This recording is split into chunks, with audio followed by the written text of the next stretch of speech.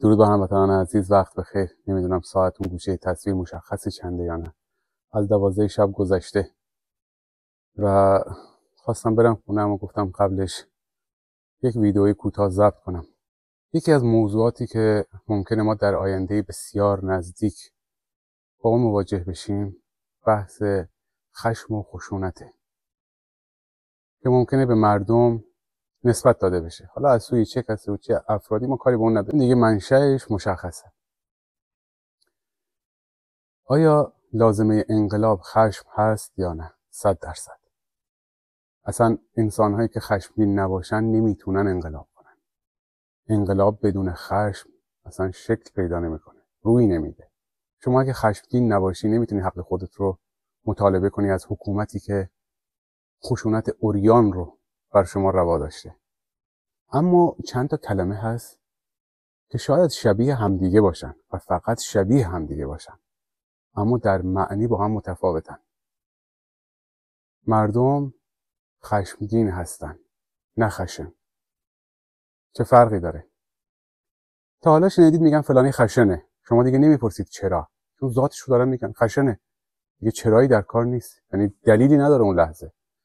ولی باز هم شنیدید میگن فلانی خشمگینه، شما این موقع میپرسید چرا، چون خشمگین یعنی مقطعیه، یعنی دلیلی داره. دلیلش چیه که فلانی مثلا خشمگینه الان؟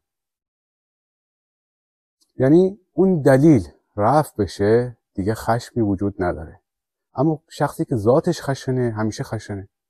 جمهوری اسلامی همینه، ذاتش خشنه، دنبال خشونته. اما مردم ما خشمگینن به دلیل ظلم و جنایتایی که توسط این حکومت بر اونها روا داشته شده. بدترین جنایت‌ها. کم ظلم و جنایت نکردن. همین الان هم نگاه کنید، نه برق هست، نه آب هست، نه گاز هست. اخباری هم منتشر شده که قرار قیمت لاستیک خودروها هم افزایش پیدا کنه. دلار هم که دیگه همینطوری داره رو بالا میره. البته این ریال جمهوری اسلامی که داره سقوط میکنه. دیگه چی مونده واقعا؟ در بحث سرکوب هم خودت دید خشونت عریان رو دارن اجرا میکنن. یعنی از روز اول این خشونت عریان رو اجرا کردن. پس خشمگین بودن حق ماست و خشمم لازمه انقلابه. مراقب بازی‌های روانی که از سوی جمهوری اسلامی ممکنه در آینده نزدیک هنگامی که هموطنان وارد خیابان‌ها بشن و اعتصابات سراسری شکل بگیره باشیم. ما تا سرنگونی جمهوری اسلامی فاصله‌ای نداریم.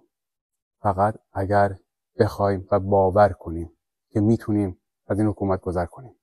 البته در کنار هم دیگه، پشت به پشت هم دیگه محکم بایستیم. پیروز باشید.